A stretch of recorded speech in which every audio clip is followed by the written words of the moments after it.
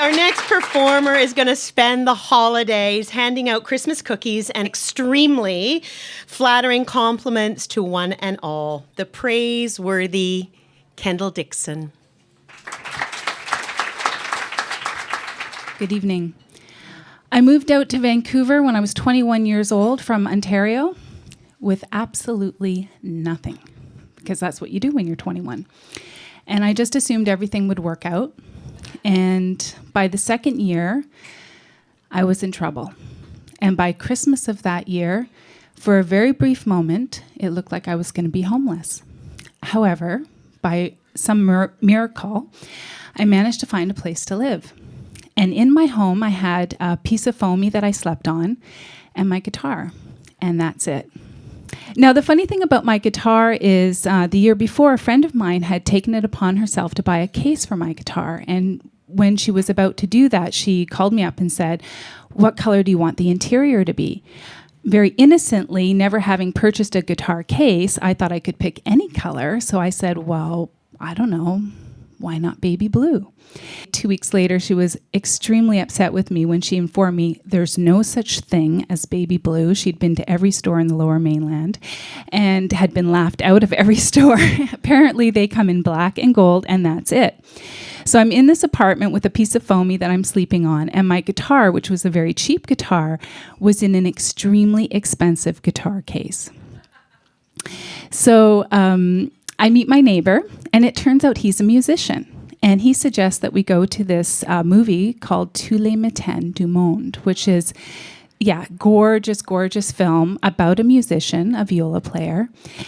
Pardon me. And it's set in the Baroque period in France. And it's absolutely gorgeous. But at one point in the film, the main character picks up his instrument and he smashes it to pieces. And for some reason, it just moved me so much, I started to cry. And I remember thinking, I could never live without my guitar. And we walk home in the rain, and as soon as I walk into my apartment, I know immediately something's changed. And I can see that there's this small footprint on the inside ledge of my window. And I look, and my guitar has been stolen. And I couldn't believe that while I had been crying over a fictional character breaking his instrument, that a real person had been stealing mine. So I burst into tears and I'm crying and I call my mom and I'm sobbing uncontrollably and I'm inconsolable. And I know my mom's never seen me like that. I've never been like that before. And when I went to sleep that night, I remember thinking, I just want to disappear. I just want to disappear. And that night I had a very interesting dream. I dreamt that I was in the woods. I've never dreamt about zebras before, but I was in these woods and a herd of zebras come up to me and I put my arms around the lead zebra's neck and it whispers in my ear and it says, "Don't you know we'll never leave you?" And for some reason, when I woke up, it sucked. My guitar was gone, but I was no longer sobbing uncontrollably about it. I had come to some kind of a deep acceptance. And then the phone rang. And it was my mom. And over the evening, she had decided that she would buy me a new guitar, which for her was a huge deal to be able to do that. Now, I should have used the money for food, but instead I ran right down to Word Music on East Hastings. And I tried every guitar in the place. And all I can say is none of them were right. I mean, even though I had a really cheap guitar, it had a very warm tone. It had its own voice. And I sat there very dejectedly, and I explained this to the sales fellow, and he said, I think I have the guitar for you. And he goes in the back, and he brings out this guitar, and he says, "This is a handmade guitar that was brought in on consignment recently, and it's in your price range." And I thought, oh my God, like a handmade guitar that I can afford? It just seemed like a miracle.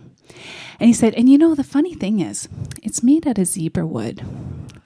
And I've never heard of that before. And I was like, give it to me. So I grabbed the guitar and I play the one song I can play because I can't actually play the guitar.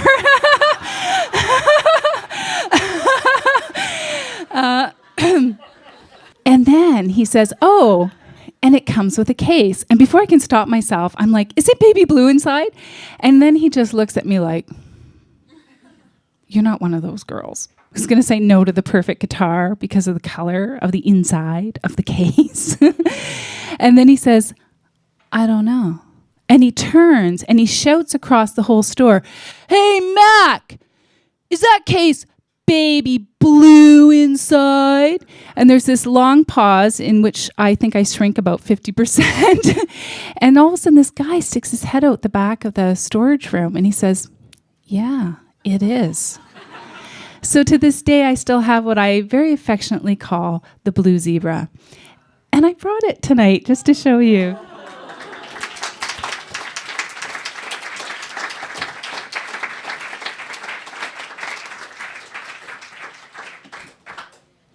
Because no one ever believes me. There really are blue interior guitar cases, okay?